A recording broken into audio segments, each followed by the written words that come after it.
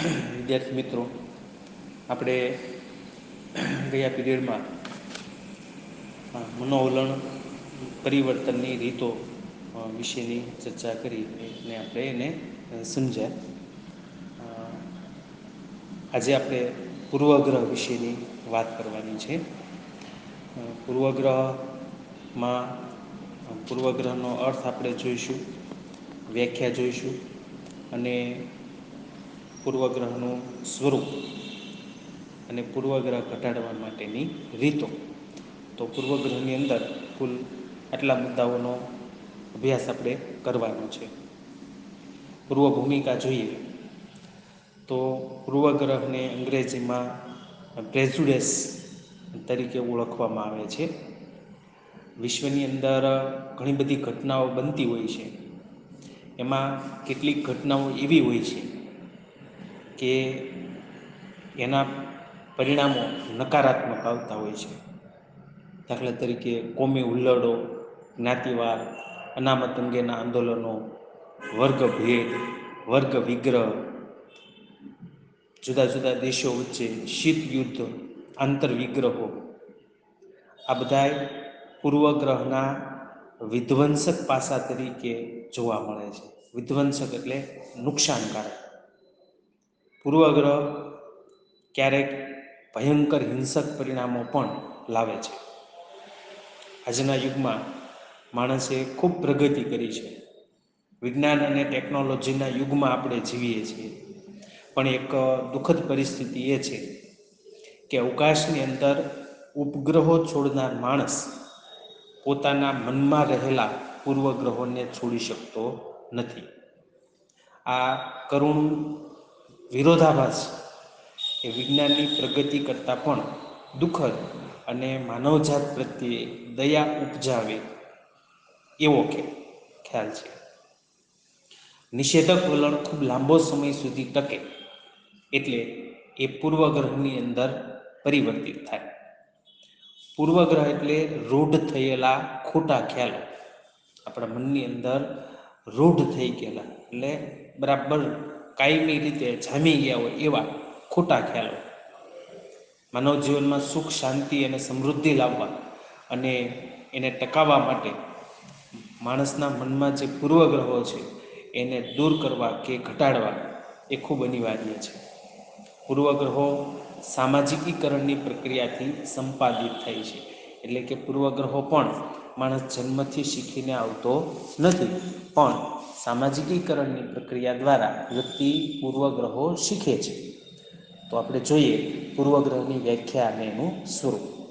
તો આપણે અગાઉ વાત કરી એમ પૂર્વગ્રહ માટે અંગ્રેજીમાં પ્રેઝુડેસ એવો શબ્દનો ઉપયોગ થાય છે, જે મૂળ લેટિન ભાષાનો શબ્દ પ્રેઝુડેશિયમ એના ઉપરથી આવેલો છે. બે શબ્દોનો બનેલો છે. એમાં પહેલો શબ્દ છે પ્રી, તો એનો અર્થ થાય પહેલાં, અને જ્યુડિશિયમ એનો અર્થ થાય નિર્ણય. તો શાબ્દિક અર્થની દૃષ્ટિએ જોઈએ તો પૂર્વગ્રહ એટલે પહેલાંથી લીધેલો નિર્ણય. મનોવૈજ્ઞાનિક દ્રષ્ટિએ પણ પૂર્વગ્રહ એ પૂર્વ નિર્ધારિત નિષેધક મનોવલણ છે. નિષેધક મનોવલણો વિશે આપણે વિચાર કરીએ તો એમાંથી એક બાબત એવી સ્પષ્ટ થાય કે એની અંદર પૂરતા અનુભવો કે પુરાવાનો અભાવ હોય છે. અને પૂર્વગ્રહોની જે અભિવ્યક્તિ થાય એ હંમેશા આવેગાત્મક હોય છે. અને એના કારણે પૂર્વગ્રહોથી સમાજની અંદર સામાજિક સંઘર્ષો જોવા મળે અને એ સંઘર્ષોમાં આવેગનું તત્વ મુખ્ય જોવા મળે છે. આપણે જોયું એમ કે પહેલાંથી લીધેલો નિર્ણય છે.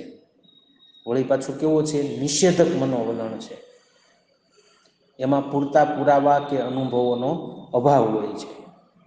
અને એની જે અભિવ્યક્તિ થાય એટલે કે આપણે વ્યક્તિના વર્તનમાં જે પૂર્વગ્રહ જોવા મળે તો એ પૂર્વગ્રહોમાં આવેગાત્મક તત્વ જોવા મળે. ધૃણા, ક્રોધ, હિંસા, તિરસ્કાર, આ બધા આવેગો છે એ વ્યવહારમાં થતા જોવા મળે. તો એના કારણે સમાજની અંદર સંઘર્ષ થાય છે. આપણે શરૂઆતમાં પૂર્વ ભૂમિકામાં જ જોયું કે કોમી ઉલ્લડો થાય, જ્ઞાતિવાદ, વર્ગવાદ, વર્ગ વિગ્રહ, આ બધાના મૂળમાં પૂર્વગ્રહો પડેલા હોય છે. આ એની આવેગાત્મક અભિવ્યક્તિ છે. બે કોમ વચ્ચે હિંસા થાય છે, કોમી ઉલ્લડ થાય છે, તો એકબીજા પ્રત્યે પૂર્વગ્રહને કારણે થાય છે. તો એનું પરિણામ જે છે એ સમાજ માટે ખૂબ નુકસાનકારક હોય છે. અને એટલે આપણે એક નિષેધક વલણ તરીકે પૂર્વગ્રહનો આપણે મનોવૈજ્ઞાનિક દૃષ્ટિકોણથી અભ્યાસ કરવાનો છે. સૌપ્રથમ આપણે વ્યાખ્યા જોઈએ તો પ્રથમ વ્યાખ્યા ન્યૂ કોમ્બે આપેલી છે. પૂર્વગ્રહ એટલે વ્યક્તિ કે જૂથ પ્રત્યે પ્રત્યક્ષીકરણ, વિચાર, લાગણી કે કાર્યની દ્રષ્ટિએ વિરુદ્ધ પ્રતિક્રિયા કરવાનું પૂર્વ નિશ્ચિત થયેલું વલણ. પૂર્વગ્રહ એટલે કોઈ પણ વ્યક્તિ કે જૂથ પ્રત્યે પ્રત્યક્ષીકરણ એટલે કે અર્થઘટન, વિચાર, લાગણી કે કામ, આમાંથી કોઈ પણ દ્રષ્ટિએ હંમેશા વિરુદ્ધ પ્રતિક્રિયા કરવાનું પૂર્વ નિશ્ચિત થયેલું વલણ. પહેલેથી જ નક્કી થઈ ગયું કે આવી બાબત આવે એટલે ત્યાં વિરુદ્ધ પ્રતિક્રિયા જ આપવાની, તો એને પૂર્વગ્રહ કહેવાય. બીજી વ્યાખ્યા ઓકબર્નની છે. ઓકબર્નની વ્યાખ્યા પ્રમાણે પૂર્વગ્રહ એટલે ઉતાવળિયો અને પૂરતી તપાસ વગર સ્વીકારવામાં આવેલો અભિપ્રાય કે નિર્ણય. પૂર્વગ્રહ એટલે ઉતાવળિયો અને પૂરતી તપાસ વગર સ્વીકારવામાં આવેલો અભિપ્રાય કે નિર્ણય. ત્રીજી વ્યાખ્યા બી કુપ્પુસ્વામીની છે. પૂર્વગ્રહ એટલે હંમેશા આવેગાત્મક હોય એવું મનોવલણ કે જે પૂરતા પુરાવા કે પૂરતા અનુભવ મળે એ પહેલાં જ સંપાદિત થઈ જાય છે. તો ત્રણેય વ્યાખ્યાઓ આપણે જોઈ, એના આધારે આપણે એવું કહી શકીએ કે પૂર્વગ્રહ છે એ મનમાં પહેલાંથી બંધાઈ ગયેલો એવો ખ્યાલ કે એવો વિચાર કે એવું વલણ છે જેને સત્ય હકીકતનું સમર્થન મળ્યું નથી હોતું. આપણે પૂર્વગ્રહને સમજવા માટે એનું સ્વરૂપ આપણે જોવાનું છે. મુદ્દા આધારિત પ્રશ્ન છે. 6 મુદ્દાઓને આધારે આપણે એનું સ્વરૂપ સમજીએ કે આ પૂર્વગ્રહ છે એ શું છે. તો પહેલો મુદ્દો છે પૂર્વગ્રહ અપૂર્ણ જ્ઞાન અને અધૂરી માહિતી ઉપર આધારિત હોય છે. આપણે શરૂઆતમાં જ વાત કરી ગયા એમ કે પૂર્વગ્રહની અંદર પૂરતા અનુભવો હોતા નથી. સત્ય હકીકતને એમાં સમર્થન હોતું નથી. એટલે પૂર્વગ્રહો છે એ અપૂર્ણ જ્ઞાન અને અધૂરી માહિતી ઉપર આધારિત હોય છે. સામાજિકીકરણની પ્રક્રિયા દ્વારા આપણે પૂર્વગ્રહો શીખતા હોઈએ છીએ. તો આ સામાજિકીકરણની પ્રક્રિયા અથવા અન્ય સામાજિક પરિબળો દ્વારા સ્વજૂથના પ્રચલિત અભિપ્રાય કે વ્યક્તિગત અનુભવોને આધારે પૂર્વગ્રહો બંધાતા હોય છે. સ્વજૂથ એટલે આપણું પોતાનું જૂથ. દાખલા તરીકે કુટુંબ છે તો એ સ્વજૂથ કહેવાય. તો આપણે કુટુંબમાં રહીએ છીએ. કુટુંબના અન્ય વ્યક્તિઓના પૂર્વગ્રહો ધીમે ધીમે આપણી અંદર પણ આવતા હોય છે. આપણને થયેલા વ્યક્તિગત અનુભવોને આધારે જો આપણે એની પૂરી તપાસ ન કરી હોય તો એના કારણે પણ પૂર્વગ્રહો બંધાતા હોય છે. પૂર્વગ્રહના કારણો વ્યક્તિને ખબર હોતા નથી. એટલે એને કારણ જ્યારે પૂછવામાં આવે ત્યારે એ સામા પક્ષની નકારાત્મક બાબતોના અનુભવોને જ એ વળગી રહેવાનો પ્રયત્ન કરે અને પોતાની માન્યતા સાચી છે એવું પુરવાર કરવાનો જ એ હંમેશા પ્રયત્ન કરે. પણ પૂર્વગ્રહો છે એ અપૂર્ણ જ્ઞાન અને અધૂરી માહિતી પર આધારિત હોય છે. બીજો મુદ્દો છે સ્વરૂપમાં કે પૂર્વગ્રહો આવેગાત્મક હોય છે. આપણે અગાઉ જોઈ ગયા એમ કે પૂર્વગ્રહના મૂળમાં માહિતીનો અભાવ હોય છે. એમાં કોઈ પુરાવાની ચકાસણી કે બૌદ્ધિક તપાસ હોતી નથી. પણ એમાં લાગણી અને આવેગ આ બંને કેન્દ્ર સ્થાને હોય છે. જે વ્યક્તિ, જાતિ કે કોમ પ્રત્યે કોઈને પૂર્વગ્રહ હોય તો એમના વિશે નિમ્ન કક્ષાના શબ્દો, આક્રમકતા, નકારાત્મક વર્તન આ બધું અભિવ્યક્ત થાય. કોઈ પણ વ્યક્તિ હોય, કોઈ જાતિ હોય, કોઈ કોમ હોય, એના પ્રત્યે જો મનમાં પૂર્વગ્રહ હોય તો એમના વિશે જ્યારે આપણી કાંઈ અભિવ્યક્તિ થાય, આપણું વર્તન થાય, ત્યારે શાબ્દિક રીતે નિમ્ન કક્ષાના શબ્દો હોય, એના તરફ આક્રમકતા જોવા મળે, આપણું નકારાત્મક વર્તન એવા વ્યક્તિઓ પ્રત્યે જોવા મળે. તો પૂર્વગ્રહો હંમેશા આવેગાત્મક હોય છે. એક ઉદાહરણ દ્વારા આ વાત આપણે બરાબર સમજીએ કે ભારત અને પાકિસ્તાન આ બંને દેશોમાં લોકોમાં એકબીજા પ્રત્યે પૂર્વાગ્રહો છે. હવે એ રમતગમતની સ્પર્ધાઓ હોય, દાખલા તરીકે ક્રિકેટ રમાતું હોય, તો એની અંદર આપણને એક પૂર્વગ્રહો જોવા મળે. આપણે એક ઉદાહરણ દ્વારા સમજીએ કે ક્રિકેટ વર્લ્ડ કપની મેચ ચાલતી હોય, એમાં ઇંગ્લેન્ડ અને વેસ્ટ ઇન્ડિઝ રમતા હોય, બરાબર. બેમાંથી કોઈ પણ દેશ જીતે એનાથી ભારત કે પાકિસ્તાનને કોઈ ફેર પડતો નથી. પણ માનો કે ભારત અને પાકિસ્તાન રમતા હોય, તો બંને દેશના લોકો એવું ઈચ્છે કે પોતાનો દેશ જીતે. ચાલો આપણે એમ વિચારીએ કે ત્યાં રાષ્ટ્રભાવના છે, આપણે સ્વાભાવિક એમ ઈચ્છીએ કે આપણો દેશ જીતે, પાકિસ્તાનવાળા એમ ઈચ્છે કે એનો દેશ જીતે, એ રાષ્ટ્રભાવના છે. પણ દાખલા તરીકે વેસ્ટ ઇન્ડિઝ અને ભારત રમતા હોય અને ભારત ન જીતે એવું પાકિસ્તાનના લોકો ઈચ્છે, અને ભારત હારી જાય તો પાકિસ્તાનમાં ફટાકડા ફૂટે, એને નકારાત્મક આવેગાત્મક લાગણી કહી શકાય. તો પૂર્વગ્રહો છે ને એ આવેગાત્મક હોય છે. એની અંદર હંમેશા નકારાત્મકતા જોવા મળતી હોય છે. ભય, ગુસ્સો, ક્રોધ, હિંસા, આ બધું પૂર્વગ્રહોની અંદર છે એ જોવા મળે છે. પૂર્વગ્રહોની અભિવ્યક્તિ હંમેશા આવેગાત્મક હોય છે. ત્રીજી વાત છે, પૂર્વગ્રહ વ્યક્તિને યૌક્તિકીકરણ કરવા માટે પ્રેરે છે. કદાચ તમે 11મા ધોરણમાં બચાવ પ્રયુક્તિઓ વિશે ભણ્યા છો. આ યુક્તિકીકરણ છે એ એક પ્રકારની બચાવ પ્રયુક્તિ છે. યુક્તિકીકરણમાં શું હોય? તો વ્યક્તિ પોતાના વર્તન માટે સાચાને બદલે સારા કારણો રજૂ કરવા પ્રેરાય, એને યુક્તિકીકરણ કહેવાય. તમે નાના હશો ત્યારે શિયાળની એક વાર્તા સાંભળી છે, ખાટી દ્રાક્ષવાળી. એક દ્રાક્ષનો માંડવો હતો અને સરસ મજાની દ્રાક્ષની લૂમો લટકતી હતી. બાજુમાંથી શિયાળ પસાર થયું એટલે દ્રાક્ષની લૂમો જોઈ અને એના મોઢામાં પાણી આવી ગયું, અને એણે એ દ્રાક્ષને મેળવવા માટેના પ્રયત્નો શરૂ કર્યા. ખૂબ કૂદકા માર્યા, પણ દ્રાક્ષ ખૂબ ઊંચી હતી, એ પહોંચી શક્યું નહીં. થાક્યું અને જતાં જતાં બોલતું ગયું કે આવી ખાટી દ્રાક્ષ કોણ ખાય? તો એ યૌક્તિકીકરણનું ઉદાહરણ છે. વ્યક્તિ પોતાના વર્તન માટે સાચાને બદલે સારા કારણો રજૂ કરે છે. પૂર્વગ્રહના કારણો કોઈ વ્યક્તિ પાસે હોતા જ નથી હોતા. શું કામ નથી હોતા? કારણ કે આપણે પહેલો મુદ્દો જોઈ ગયા કે પૂર્વગ્રહ અપૂર્ણ જ્ઞાન અને અધૂરી માહિતી ઉપર આધારિત હોય છે. એટલે એના માટેના કારણો વ્યક્તિ પાસે હોતા જ નથી.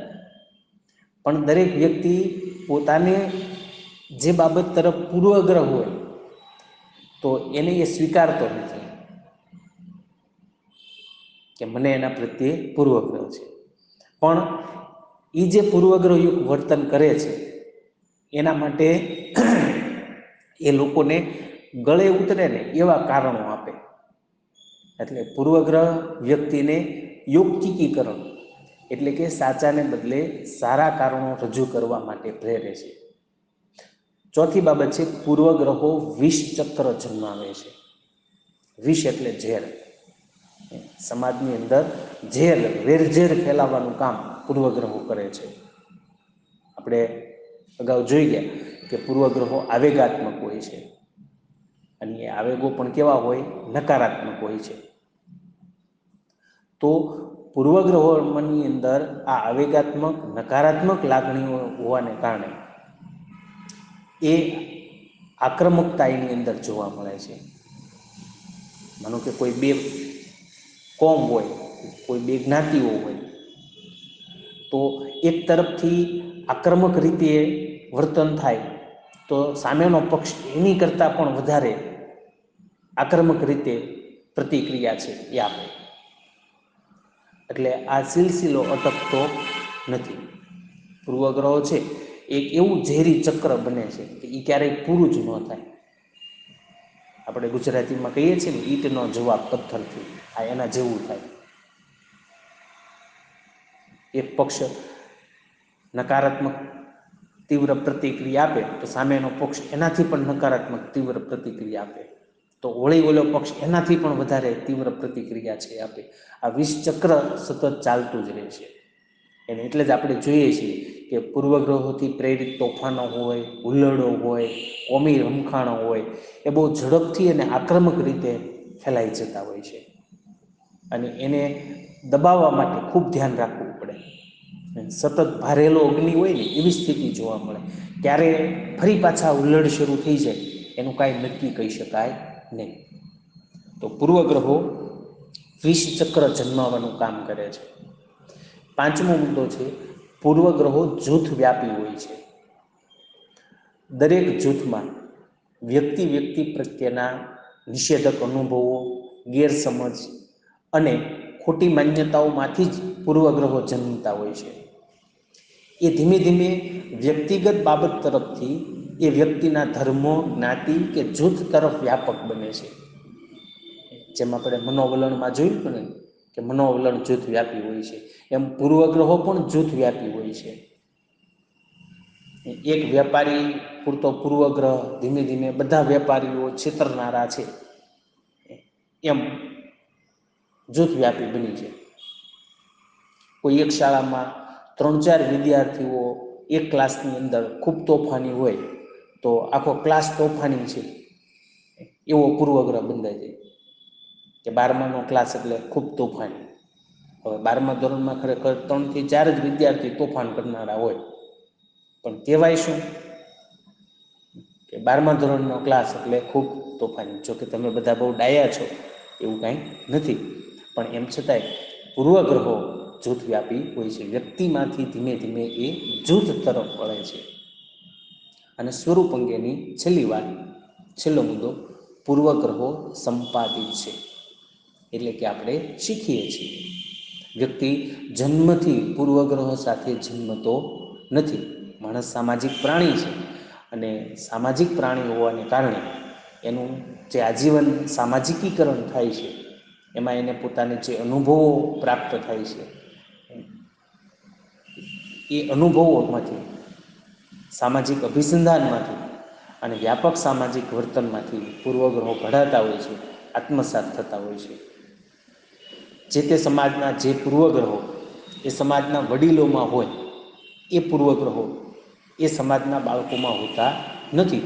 પણ ધીમે ધીમે બાળકો મોટા થાય અને એમને પોતાના વડીલોની સાથે આંતરક્રિયા થાય, એનું સામાજિકીકરણ થાય અને એનાથી પરધર્મ, પરપ્રાંત, પરકોમ કે પરજાત પ્રત્યે વડીલોના જે પૂર્વગ્રહો હોય એ જે તે બાળકની અંદર સંપાદિત થાય અને એ વડીલો જેવું નિષેધક વર્તન કરતા હોય એવું જ વર્તન કરવા માટે પણ પ્રેરાય. એટલે પૂર્વગ્રહો છે એ સંપાદિત છે, એ આપણે શીખીએ છીએ, એ જન્મજાત નથી. તો અહીંયા આપણે પૂર્વગ્રહનું સ્વરૂપ દ્વારા પૂર્વગ્રહ વિશેનો ખ્યાલ સ્પષ્ટ રીતે આપણે સમજ્યા. મુદ્દા આધારિત પ્રશ્ન છે, મુદ્દા બરાબર રીતે પાકા કરવાના છે. ફરી એકવાર આપણે મુદ્દાઓને રિપીટ કરીએ છીએ. પહેલો મુદ્દો છે, પૂર્વગ્રહ અપૂર્ણ જ્ઞાન અને અધૂરી માહિતી ઉપર આધારિત હોય છે. બીજો મુદ્દો, પૂર્વગ્રહો આવેગાત્મક હોય છે. ત્રીજો મુદ્દો, પૂર્વગ્રહ વ્યક્તિને યૌક્તિકીકરણ કરવા પ્રેરે છે. ચોથો મુદ્દો, પૂર્વગ્રહો વિષચક્ર જન્માવે છે. પાંચમો મુદ્દો, પૂર્વગ્રહો જૂથવ્યાપી હોય છે. અને છઠ્ઠો મુદ્દો, પૂર્વગ્રહો સંપાદિત છે. તો મિત્રો, આજના લેક્ચરમાં આપણે અહીંયા સુધી રાખીએ છીએ. આજે આપણે પૂર્વગ્રહ એટલે શું એમની વ્યાખ્યા અને એમનું સ્વરૂપ સમજ્યા. પછીના પીરિયડમાં આપણે પૂર્વગ્રહ ઘટાડવા માટેની રીતો વિશેની સમજૂતી મેળવશું. થોડી જ વારમાં બીજો ઓડિયો મૂકી અને આજનું હોમવર્ક મૂકું છું.